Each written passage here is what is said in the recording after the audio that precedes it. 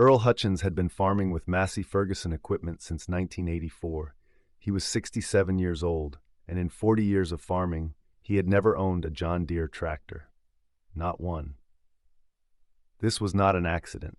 It was a decision he had made consciously and repeatedly, every time he walked into a dealership, every time he replaced a machine, every time his son Travis brought up the subject of switching brands. Earl's loyalty to Massey Ferguson was not sentimental in the way that some farmers were sentimental about equipment. It was not about the color or the logo or some vague feeling of tradition. It was based on 40 years of experience with the machines. He knew how they worked. He knew their failure points. He knew the service intervals. He knew which parts wore first and how long they lasted and what the repair costs looked like over a machine's lifetime. He had built his knowledge of Massey Ferguson equipment over 4 decades of farming 900 acres in Reno County, Kansas, and that knowledge was worth something. Switching brands meant starting over. It meant learning new systems, new failure modes, new dealer relationships. It meant admitting that 40 years of accumulated knowledge was suddenly irrelevant. Earl was not willing to do that. He told Travis this every time Travis raised the subject. Travis raised it regularly. Travis Hutchins was 34 years old. He had been working the farm alongside his father since he was 19. He was a good farmer, hard-working, methodical. He had taken over the day-to-day operations gradually over the past decade as Earl's health had become a concern. Earl had high blood pressure. He had diabetes. He moved slower than he used to. He tired more easily. Travis managed most of the physical work. Earl made the decisions. That division of labor had worked, more or less, for years. But Travis had his own ideas about how the operation should run, and those ideas increasingly diverged from his father's.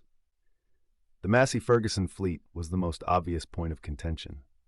Travis had done his research. He had spreadsheets showing the resale value difference between comparable Massey Ferguson and John Deere machines. He had data on dealer proximity. The nearest Massey Ferguson dealer was 41 miles away. The nearest John Deere dealer was 16 miles away. Travis had documented the times over the past 5 years when a Massey Ferguson had needed service, and the distance had been a problem. He had tracked the parts availability differences. He had priced out the cost of switching the entire fleet and modeled what the trade values would look like against new Deere purchases. He had presented all of this to Earl 3 times. Earl had listened politely each time and said no each time. Earl said the machines ran fine and the distance to the dealer was not a problem he had ever failed to solve. Travis said the data suggested otherwise. Earl said his 40 years of experience suggested differently. They had reached an impasse that neither of them could see past, and so they had learned to leave it alone. Until February 2024. Earl had the stroke on February 9th.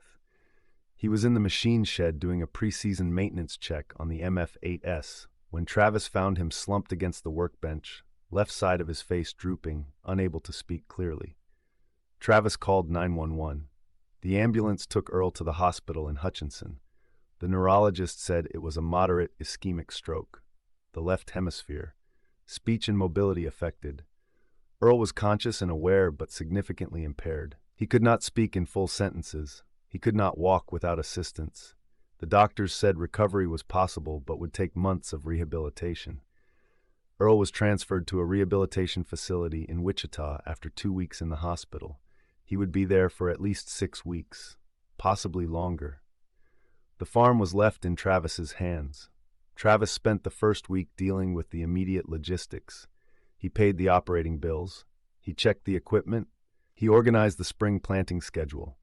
He called the Massey Ferguson dealer in Pratt about a service appointment for the 8S that Earl had scheduled for late February. He did everything a responsible farm manager was supposed to do. And then, in the second week, he started thinking. Earl was in Wichita. The rehabilitation counselors said he would likely regain most of his function, but the timeline was uncertain.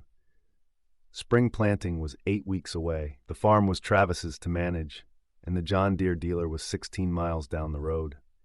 Travis drove to the John Deere dealer on a Thursday afternoon in February. His name was Brent Caldwell at Caldwell Equipment in Nickerson.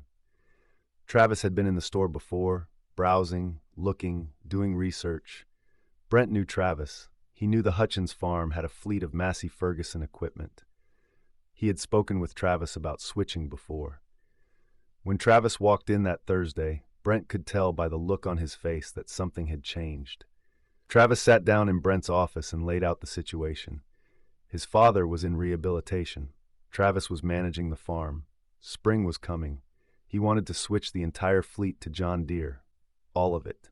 Every tractor, every combine. He wanted to know what Brent could do for him. Brent pulled out his calculator. The Hutchins farm had 4 tractors. A Massey Ferguson 8S 265 purchased new in 2021, a Massey Ferguson 7S 210 purchased used in 2019, a Massey Ferguson 6S 155 purchased new in 2020, and a Massey Ferguson 4S 85, an older utility tractor purchased used in 2017. They also had 2 Massey Ferguson combines, a 9505 purchased new in 2020 and an older 7360 purchased used in 2018. Brent sent an appraiser to the farm the following Monday. The appraiser came back with trade values. The 8S was worth $210,000. The 7S was worth $125,000. The 6S was worth $115,000. The 4S was worth $38,000. The 9505 combine was worth $340,000. The 7360 was worth $82,000. Total trade value $910,000.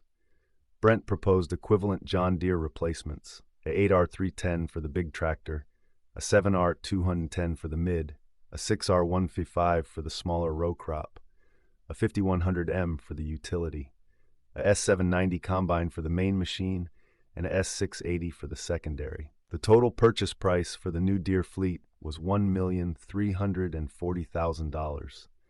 The difference after trades was $430,000. Brent said he could arrange financing at current rates. Travis said he needed to think about it.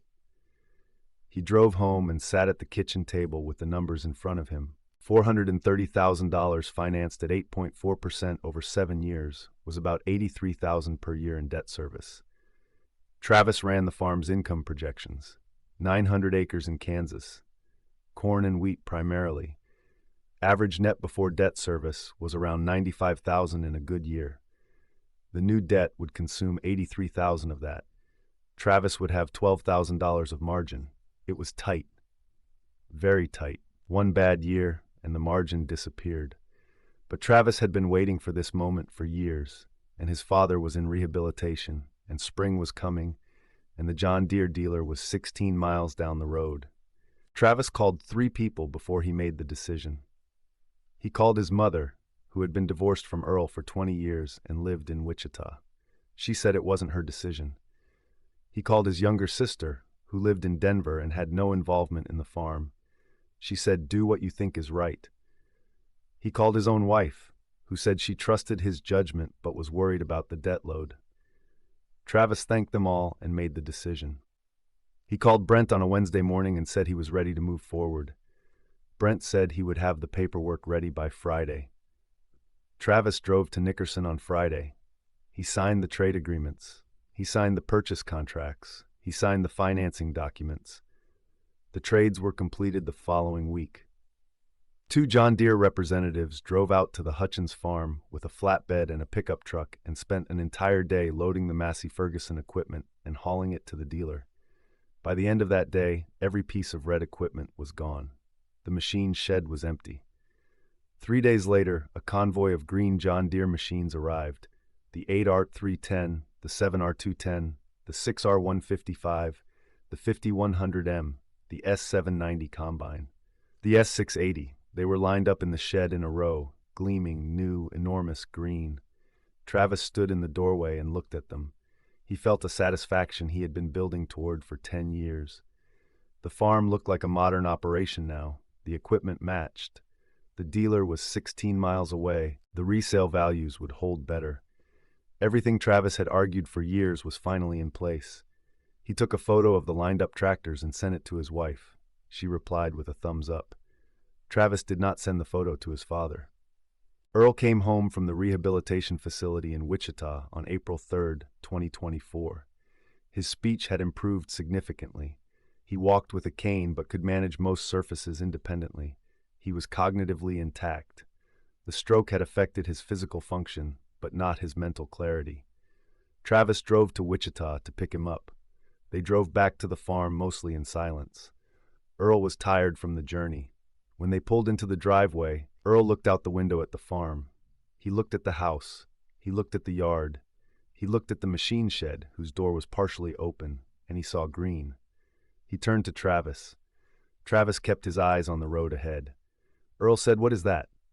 Travis said he had made some equipment changes while Earl was away. Earl said, "Open the shed." Travis parked the truck and helped Earl out. Earl walked slowly to the shed with his cane. Travis opened the big door. The 6 John Deere machines were inside, arranged exactly as Travis had left them. Earl stood at the entrance for a long time. He didn't say anything. Travis waited. Earl walked into the shed slowly. He walked up to the 8R310. He put his hand on the green hood. He looked at the Deere logo. He walked down the row, every machine, green, every one. He came to the end of the row and turned around. He looked at his son. His face was not angry in the way Travis had expected. It was something else, something Travis couldn't read. Earl turned and walked back to the house without a word. Travis followed. Earl sat in his chair in the living room. He didn't speak for the rest of the day. He didn't speak for the second day either. On the morning of the third day, Earl came to the kitchen table where Travis was having coffee. He sat down. He looked at his son and he said 3 words. "Get off here." Travis said he didn't understand. Earl said it again, slowly, working around the residual speech difficulty from the stroke. "Get off here. You did this without me." Travis said he had made the decision for the good of the farm. Earl said it was not Travis's decision to make. Travis said someone had to make decisions while Earl was in rehabilitation. Earl said not that decision, never that decision. Travis said the numbers supported the switch. Earl said, "This is my farm." Travis said he had been running it for 10 years. Earl said running it and owning it are different things. Travis said one day it would be his. Earl said that day had not come yet. And until it did, Travis had no authority to dispose of 40 years of equipment and $430,000 in new debt without Earl's knowledge or consent. Travis said Earl hadn't been able to consent. Earl said then Travis should have waited. Travis said spring planting wouldn't wait. Earl said the Massey Ferguson dealer in Pratt had waited 40 years. Travis said the John Deere dealer was 16 miles away.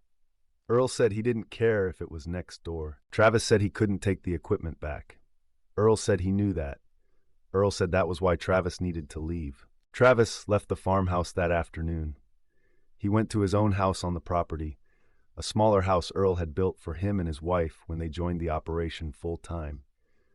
He called a lawyer the next morning. He wanted to know what his legal position was. The lawyer, a man named Graham Forsyth who practiced agricultural law in Hutchinson, said it was complicated.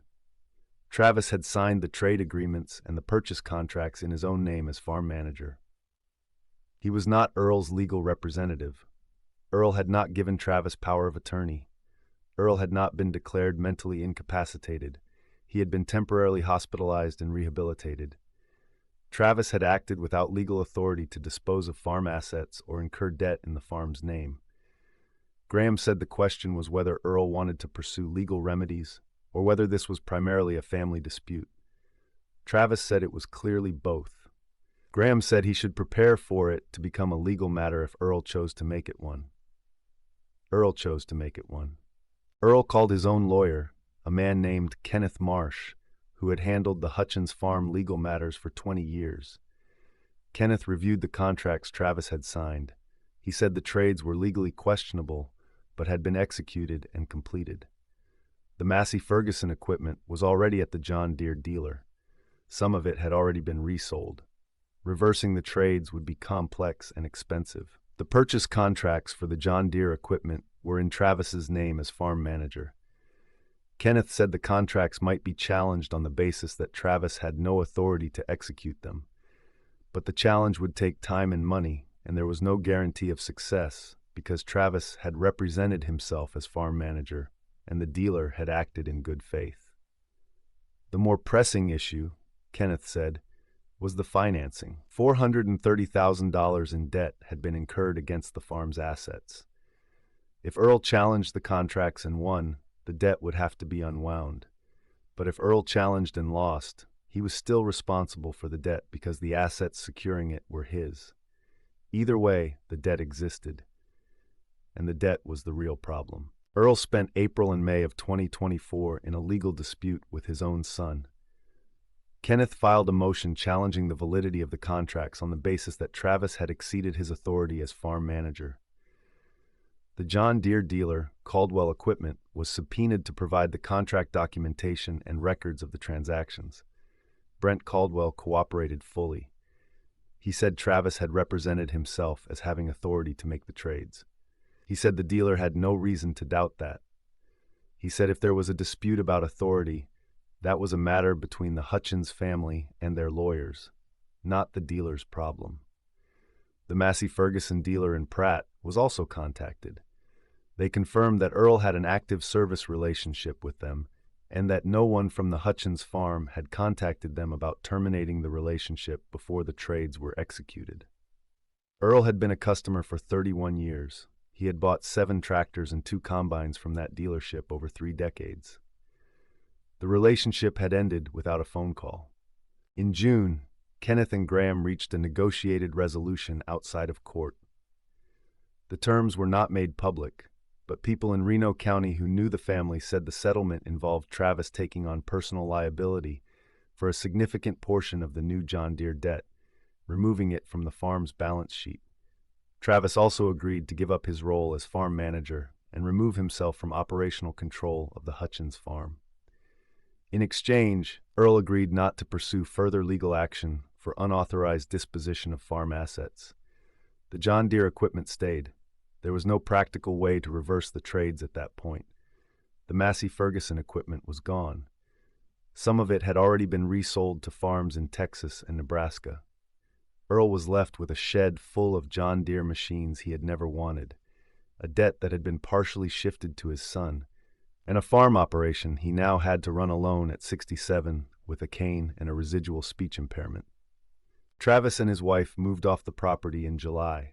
They rented a house in Hutchinson. Travis took a job at an agricultural supply company. He and Earl did not speak for 4 months. Earl's daughter flew in from Denver for 2 weeks in August to help him manage the operation. Earl hired a part-time farmhand for the fall harvest.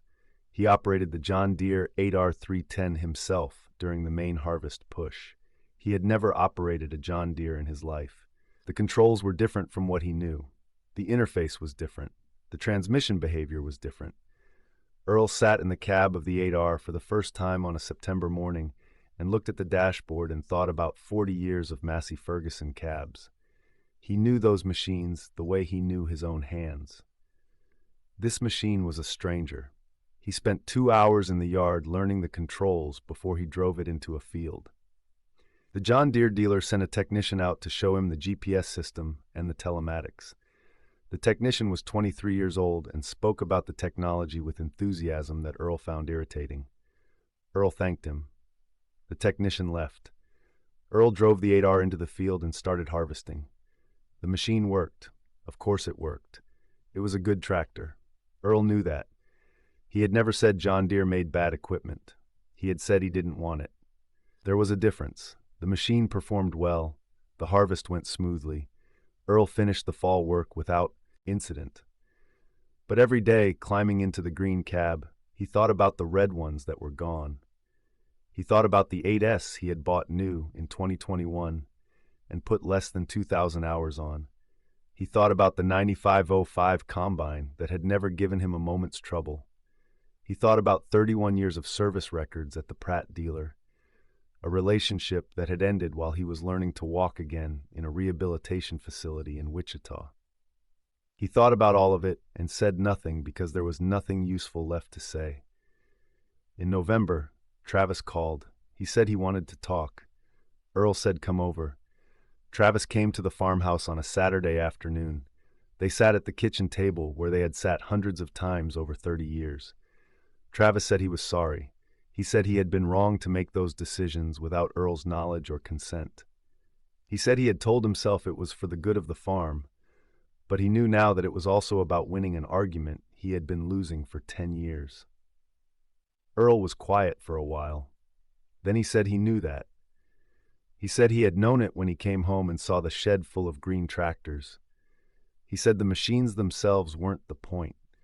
The point was that Travis had taken a decision that wasn't his to take, and he had taken it at the moment when Earl was most vulnerable and least able to respond. Travis said he understood that. Earl said he hoped so. They sat quietly for a while longer. Earl asked how Travis's job was going. Travis said it was fine. Earl asked if Travis missed the farm. Travis said every day. Earl said that was something. They didn't resolve everything that afternoon. 30 years of working together and 6 months of legal dispute and a machine shed full of equipment Earl hadn't chosen didn't resolve in one Saturday conversation. But they talked, and they agreed to keep talking. And that was more than they had managed for most of the year. The John Deere equipment is still on the Hutchins farm. Earl uses it every season. He has learned the systems. He knows the dealer in Nickerson by name now. The machines perform well. He has no complaints about the equipment itself. But he keeps a photo on the wall of his office. A photo from 2021, taken the day the new Massey Ferguson 8S was delivered. Earl standing beside it in the yard, his hand on the red hood, the machine shed visible behind him, full of red equipment. He keeps the photo because it represents something he wants to remember. Not the tractors. The principle that what you build over a lifetime has value. That decisions made in your absence without your consent are not made for your benefit, no matter what anyone tells you, and that some things once traded away cannot be brought back. The Massey Ferguson equipment is on other farms now, scattered across Kansas and Texas and Nebraska. Other operators, other fields. The machines don't know they came from the Hutchins farm. They just run. But Earl knows, and he keeps the photo, and he farms on, with a cane. With green tractors he never asked for, and with a son he is still slowly learning to forgive.